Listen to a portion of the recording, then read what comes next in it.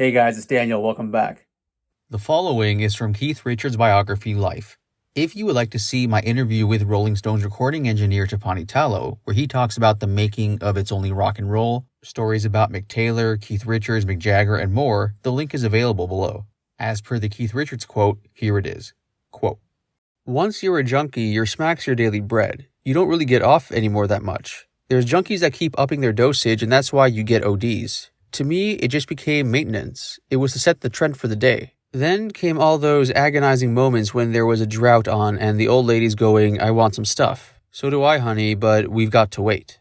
Waiting for the man. When there was a heroin drought, it was a bit rough. They really used to put the screws on. There'd be people in the room in dire straits throwing up. You'd be treading over bodies, and there's sometimes really no drought. It's only to jack the price up. And it doesn't really matter how much money you've got. I'm not going to say, 'Do you know who I am?' I'm just another junkie. When there's none of the stuff at all, then you've got to go down to the pit, and you know it's going to be like a pool of piranha down there. It happened to me a couple of times on the east side of New York City and in LA. We knew the trick. You'd score upstairs, and on your way down, the other bunch would take it back off you again. Most of the time, you'd hear it going on while you were waiting for it. The thing was to leave quietly, and if you saw anybody outside, because you never knew if it was going to happen or not, usually you'd give them a kick in the balls. But a couple of times, okay, let's go for it.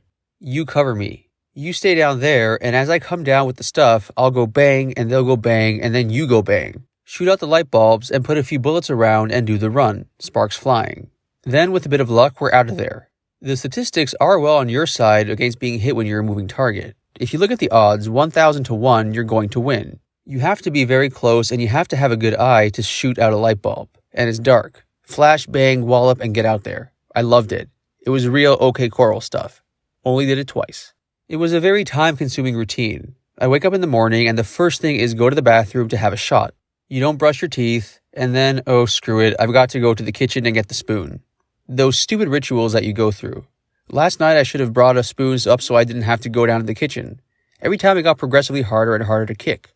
And the desire to go back on the minute you were off got stronger. Oh, just one. Now with that, I'm clean.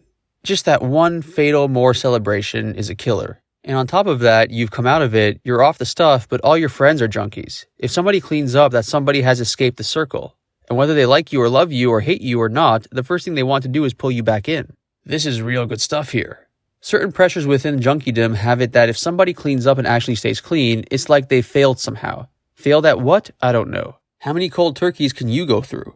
It's ludicrous, but you never realize it when you're on dope. Several times on cold turkey, I was convinced there was a safe behind the wall that was full of the stuff and it had everything ready to go. Spoon and all. And finally, I'd crashed out, and when I woke up, I'd see bloody fingernail marks down the wall where I'd actually been trying to get in. Is this really worth it? In fact, my decision then was, yep. I can be as big-headed as Mick and flightly and everything, but you can't do that when you're a junkie. There are certain realities that come into play that keep your feet in the gutter even lower than you need to be. Not even on the sidewalk. In the gutter. And obviously, that was the period when Mick and I went off on almost perfect 180s. He had no time for me in my supposedly stupid state.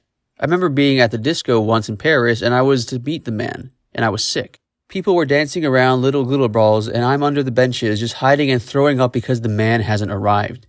And I'm also wondering, will he fund me under here? If he does arrive, he might look around and back off. I was in a distressed frame of mind, let's put it like that. Luckily, he did find me. But being in that position and at the same time you're like numero uno in the world, you realize where you've sunk to. Just getting yourself into that position leaves a sense of self-loathing that takes a while to rub off. You'd do anything for that stuff. But I'm my own man, I'd say. Nobody can tell me what to do. And yet you realize you've put yourself in a position where you're in the hands of a dealer, and that's disgusting. Waiting for this guy and begging him? That's where the self-loathing comes in. Any way you look at it, junkies are people waiting for the man. Your world gets diminished to dope. Just that by itself becomes the whole world. Most junkies become idiots. That's really what finally turned me around. We've only got one subject in mind, which is the dope. Can't I be a little more smart about it? What am I doing hanging around with these losers? They're just boring people. Worse, a lot of these are very bright people, and we all kind of know that we've been hoodwinked, but then why not? Everybody else is hoodwinked by something, and at least we know we're fooling ourselves. No one's a hero just for taking dope. You might be a hero for getting off it. I love that stuff, but enough was enough. Also, it narrowed one's horizons, and eventually all you know are junkies. I had to move to broader horizons. You only know all this, of course, once you've gotten out of there. That's what that stuff does. It's the most seductive thing in the world.